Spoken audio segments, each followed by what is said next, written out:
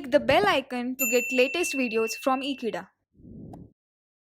Hello friends, today we will discuss about an overview of an object-based database.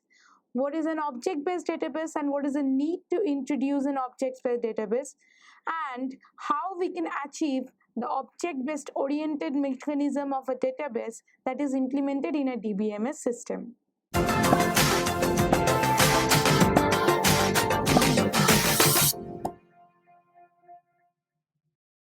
The main cons or the main problems of a relational mapping system or a relational schema while designing the database is that there was no sufficient support for having the data type conversions or enough types that should be implemented while designing a database.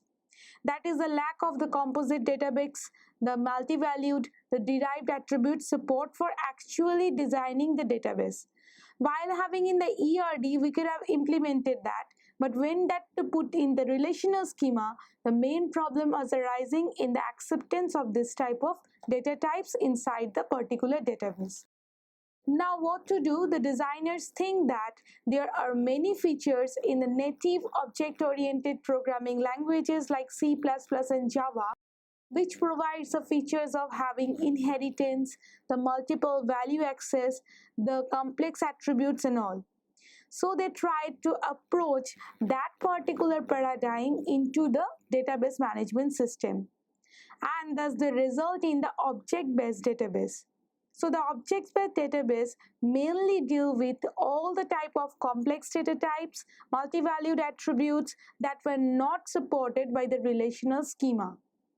Now when they can supported by these object-based databases, so the database designing becomes more easy to the programmer as well as the application designers.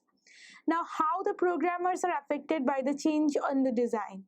While the change in the design make the application designers more soothed to the designing of a database, and thus they have changed the design. So now the programmers don't have to implement that. First they need to provide the features of programming languages, and now they need to move to the SQL or the querying languages.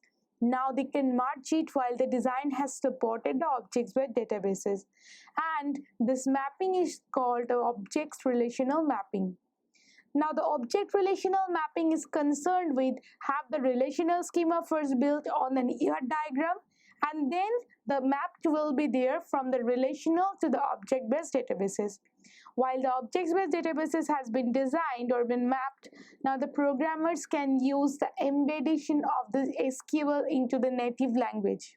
They do not need to support anymore that the native language constructs and then have the SQL programming query after delivering from that construct, so that they can enrich the embedment of this particular SQL with the database system and the particular of the programming languages object-oriented features.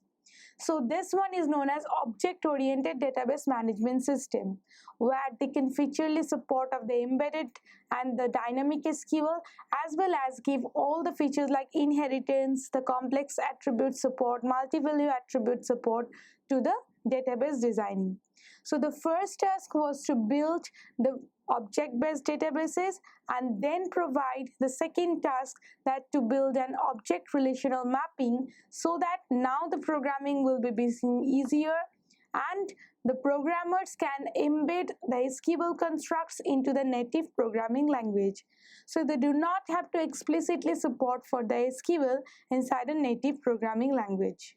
And now after that, the object relational map is there, so the persistence data could be checked that the data that we have achieved by this object relational database has become persistent in nature or not. And if that is succeeded, then we can say we have successfully established an object relational database or an object-oriented database. So that is all for today. Thank you for watching this video. Stay tuned with Ekeeda and subscribe to Ekeeda.